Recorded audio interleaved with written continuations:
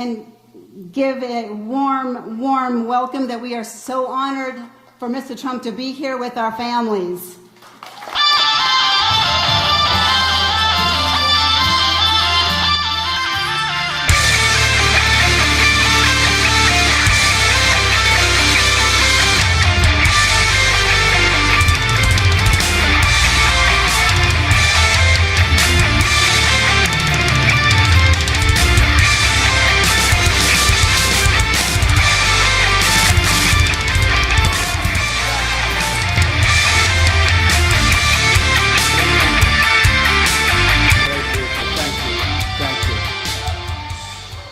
Thank you, Maria, for the introduction. It's beautiful. And for the work that you and your organization do to honor the stolen American lives, and that's what they are, stolen American lives, and to advocate for justice on behalf of all American victims. We thank you, and thank you, folks. What you have to go through is unbelievable. I'm honored to be here today and to shine a national spotlight on a group of victims who have been forced, and I mean truly forced, into the shadows. Your stories are not featured in the news. You have no demonstrators taking to the streets on your behalf. You have no special interest taking up your cause. And the politicians ignore your cries for help. But I never will. I will never.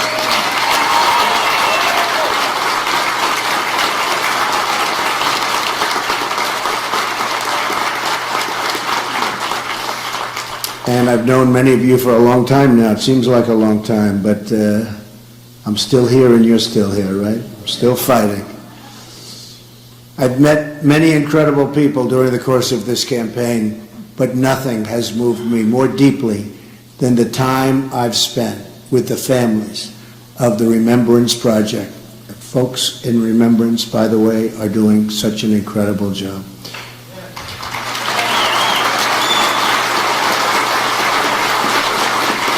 And the strength and the courage that you've shown in your very often lonely fight for justice will get there. You are the heroes, you are. And your actions will help us to save the next 1,000 American citizens from losing their brothers and sisters and sons and daughters and parents. The most fundamental duty of government is to protect American lives.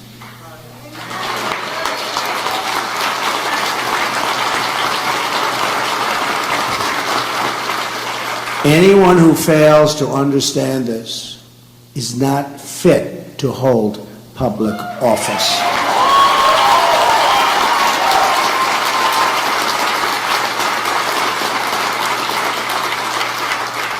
Every day our border remains open. Innocent Americans are needlessly victimized and killed. Every day sanctuary cities are left in place. Innocent Americans are put in harm's way. Every day we fail to enforce our laws. In a day, and this is absolutely happening all the time, is a day when a loving parent is at risk of losing their child. And it's happening every single day. All across this country, dining room tables have an empty seat at the family table because our government abandoned its duty and failed to enforce its basic laws. There are a lot of numbers in the immigration debate. I've been talking about it for a long time. And obviously people agree with me because you see what's happening, you see the numbers, you see the polls, you see what's going on at the rallies. A lot of people agree with me. Almost, it seems everybody agrees. You almost say, what's not to agree with? But let me give you what's not to agree. But let me give you the most important number of all. That most important number of all is the number of American lives that is acceptable to lose in the name of illegal immigration. Let me tell you what that number is. 0, 0.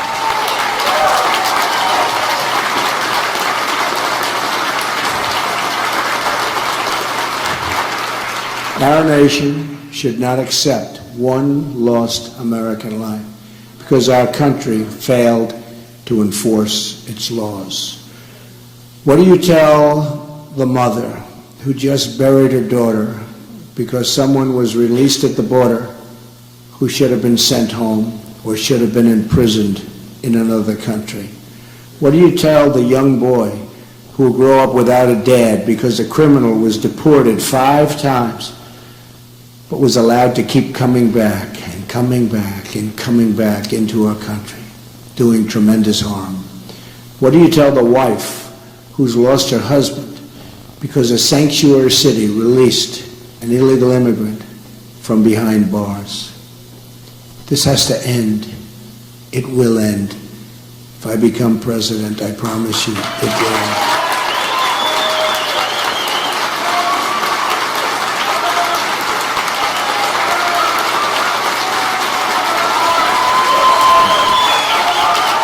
Thank you.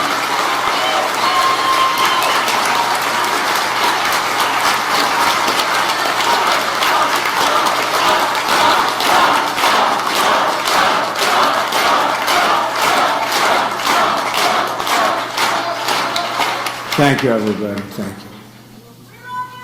Thank you. I love you. I love everybody in this room. Special, special people.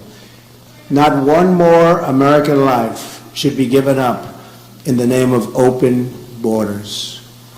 Just look at what happened in the last few days. Last week it was reported that authorities detained an illegal immigrant in the Austin area who was responsible for nearly a dozen sexual assaults and had been previously deported 5 times within a 3-year period. Earlier this week in Kansas, a sheriff's department master deputy was killed, apparently by an illegal immigrant. The driver was previously arrested for DUI in California in 2001 and for traffic violations in Kansas. Deputy Collins was killed only hours after his daughter's 4th birthday. A few days ago, 2 correctional officers in California were critically wounded after being shot by an illegal immigrant who overstayed his visa. This individual had been convicted of child rape and was slated to be deported, but his home country refused to take him back. He was simply too bad, too tough, too evil. They said, "We refuse to take him back." One of the victims has 6 children, is an Air Force veteran, and a high school football coach. The other victim is a mother and a grandmother. When Hillary Clinton was Secretary of State, the matter of this country, and think of this, matter of this country refusing to take back their deported citizen came before Hillary Clinton's desk, oftentimes, many times. But she failed to take forceful action and ignored the federal law requiring her to suspend visas to countries that don't take back their citizens. She didn't want to get involved. Politicians. According to a report from the Boston Globe, from the year 2008 through 2014, nearly 13,000 criminal aliens were released back into U.S. communities because their home countries would not take them back. They were too tough, they were too angry, they were too evil. They don't want them back.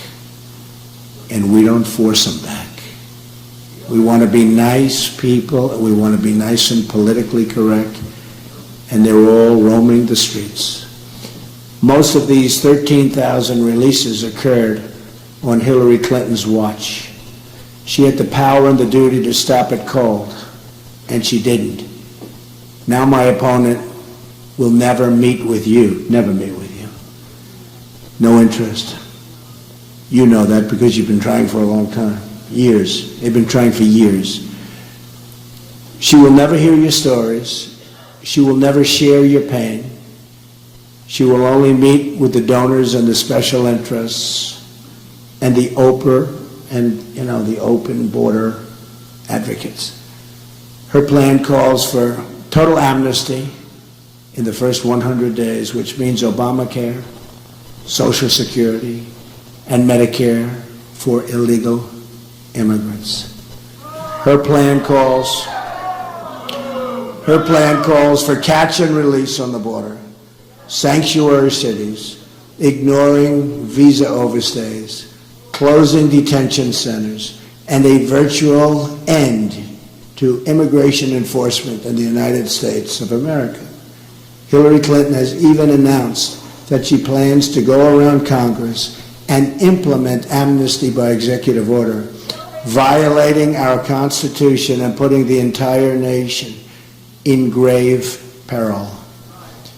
Hillary Clinton is the person, and I mean the first person, to ever run for the presidency of a country effectively proposing to abolish the borders around the country that she's supposed to be representing. But the media doesn't want you to know that, so they'll never ask her any questions about her plan. Won't be talked about at the debate, which is going to be a very interesting period of time.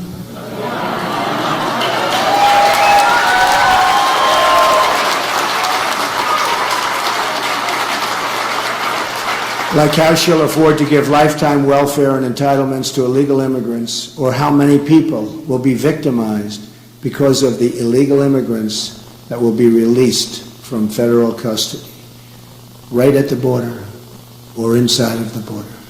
She's not asked to explain what she'll say to the American workers who lose their jobs when she prints out millions of work permits for those here totally against the law, many of whom have very, very substantial problems. Your cause and your stories are ignored by our political establishment because they are determined to keep our border open at any cost. To them, your presence is just too inconvenient. That's all it is. It's an inconvenience. But help is coming, I'll tell you that. Help is coming.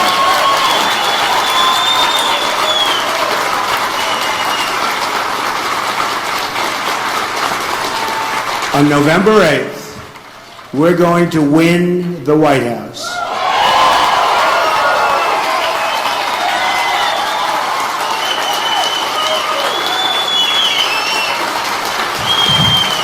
And we are going to deliver justice for every American family and every single American victim. You know what that means. You know what that means.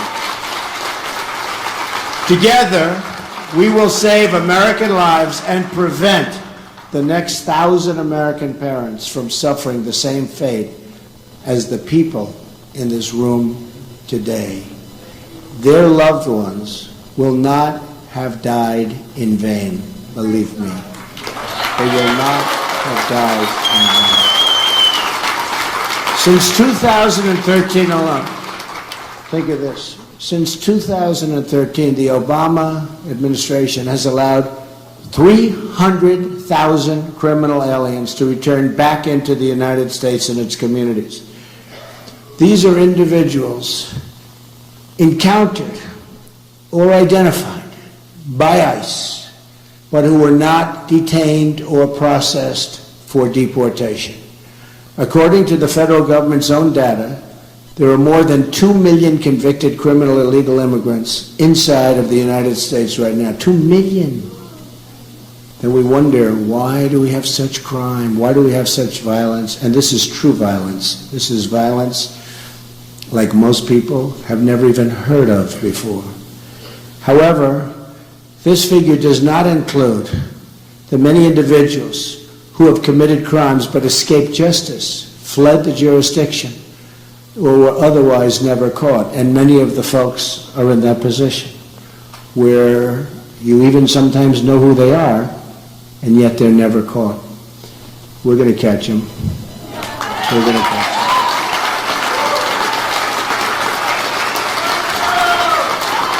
Many crimes committed by people here illegally remain open cases, and yet our government knows a lot about the people that did it, but they don't go after them. They've killed people, they don't go after them.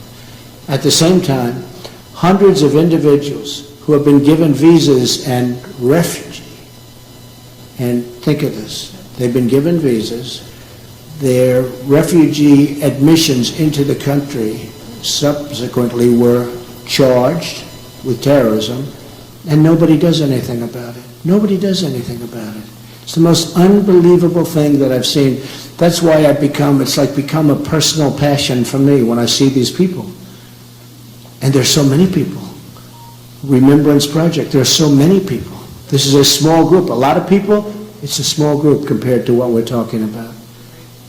The devastation is unbelievable. So we're admitting people here with no idea of who they are, and we don't know very much about them. We don't know what they believe. We don't know if they have love in their heart for our country or if they have hatred in their heart for our country. Whether it's drugs, terrorism, or violent crime, our government is utterly failing in its core mission to defend and protect the people of this country. The Border Patrol agents, these are incredible people. They endorsed me. First time they've ever endorsed a presidential candidate. Thank you. They've warned that Hillary Clinton's plan would put the entire country in grave danger. I fully understand that. They called it radical, deeply dangerous, and warned it would trigger an unprecedented national crisis. They know better than any consultant, they know better than anybody, the Border Patrol agents. Let's just remember our goal, to prevent the next family from suffering the same terrible fate.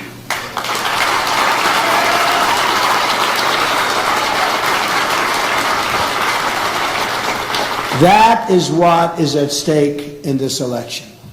So I am now going to invite some of the bravest people I know, and I mean that 100%, to come up here and speak. Let's start maybe from this side. We've picked 5 families, and if you could say a few words. So how about we start over here? Come on. Perfect. Thank you. Thank you, everybody. Thank you so much. Thank you so much for being here. My name is Laura Wilkerson. Our son Joshua was killed in 2010. He was brutally beaten, tortured, strangled to death, and then his body was set on fire. We sent out letters to every presidential candidate on the Republican side, and the only one we got back was from Mr. Donald Trump. He's really given us a voice. Our goal is to help people when this happens to them in their life. The first goal is to stop it, but we know there'll be more before it's stopped. And we want to be able to help them with burial expenses and legal counsel if need be, and to tell them that we have rights. We should have more rights than the killer.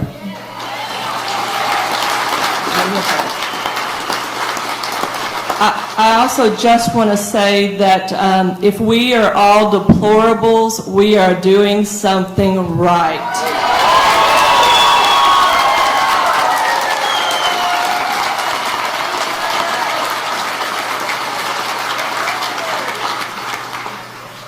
My name is Brenda Sparks. My son's name was Eric Cepeda. He was raised by a legal immigrant only to be mowed down on the road by an illegal alien. That illegal alien did not 1 second in jail. He's out there on the road. And Mr. Trump is the only one that has listened to us. He's the only one that's spoken directly to me. And I thank him for that. So I will be voting for Trump because he wants to protect you.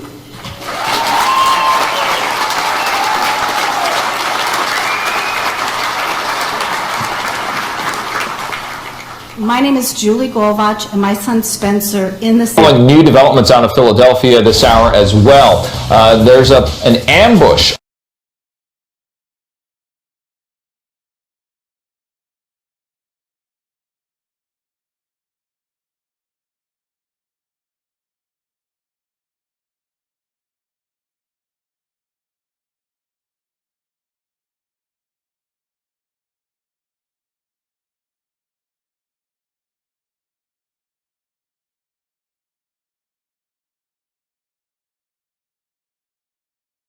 assault and attempted murder on his record, and he was still driving and presumably working and living fine in Houston, Texas. Fortunately for our family, a sheriff's deputy came at the end of the shooting spree and put an end to the shooting spree and to the illegal alien so he could continue on with what he was doing. So, thank you very much. Hi, my name is Agnes Gibney. My family legally immigrated to the United States after trying 3 times. It took us 13 years. We came with a job contract. Thank you.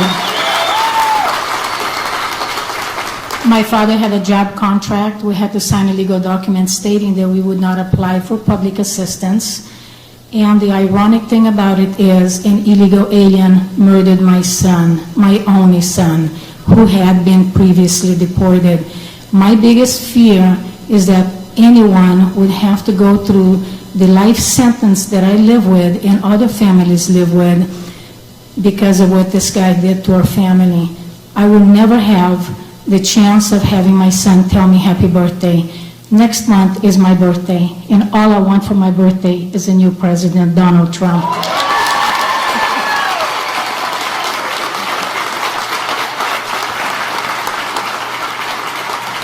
Hello, my name is Juan Pina, and my daughter Christy had just turned 14 years old when they found her murdered in Artichokeville in Castroville, California.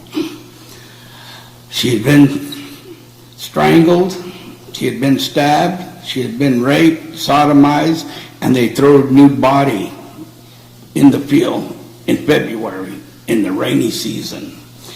During this time, this person, in '87, he had kidnapped 2 other 14-year-old girls. And he had been caught, and he was still out in the streets. When he killed my daughter, he left back to Mexico. He came back and tried to kidnap a little 12-year-old girl at 7 o'clock in the morning on her way to school. He got away again. Now, they finally got him after 25 years in Mexico. And man, it is hard to get somebody extradited from Mexico. They asked me what I thought about the relations with Mexico and the United States, and I told them it's great if you're dealing with tomatoes and bell peppers, but other than that, it's nothing. But I thank everybody for being here, and I got you here. And I come from a sanctuary city. Thank you. Thank you very much. These are a few of the stories. There are thousands of these stories, and we have to work very hard and we have to be very smart. These are truly wounded families, and sadly they'll never be the same. I spoke to some of the families we met for an hour backstage, and I said, does it get better with time? And they actually said, it doesn't, and sometimes it gets worse with time, which is something that's incredible. So I just want to thank all of the folks. It's great, brave people. And they're representing a lot of other people, a lot of thousands and thousands of people where similar things have happened. And I think I'd like to ask maybe Maria to come back up, and we're going to ask her to say a few words. Thank you, Maria.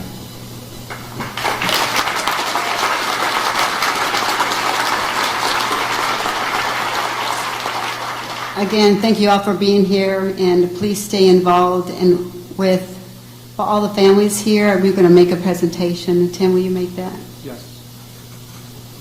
Mr. Trump, In honor of the work that you have done for these families and families across the country, and the work that you're going to do as President of the United States of America, I present this plaque representing the loved ones of the families who've been killed by illegal aliens who are here with us today. And with that, we say, from the Remembrance Project and the families who have lost their loved ones, and those who have not yet, but unfortunately will, lose their loved ones to illegal aliens, we present this memorial to you. Thank you. Thank you very much.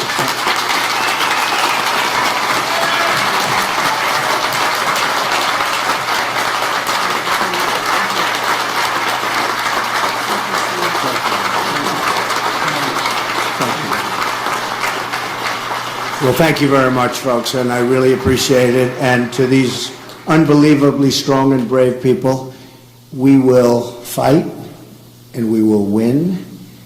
And again, I say, your loved ones will not have died in vain, believe me.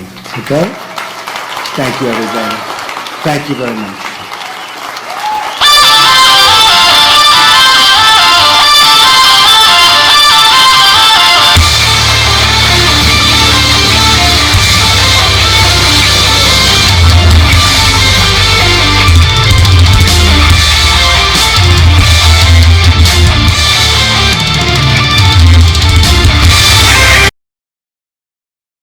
All right, thank you very much, everyone, for joining us and choosing us as your stream of choice.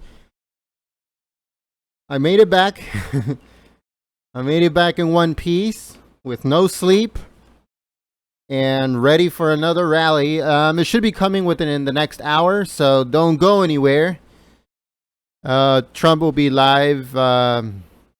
Honestly, I don't know where, but like I said, we'll be back in just a few minutes. I'm going to shut down, get everything ready for the next rally, and we'll be back up.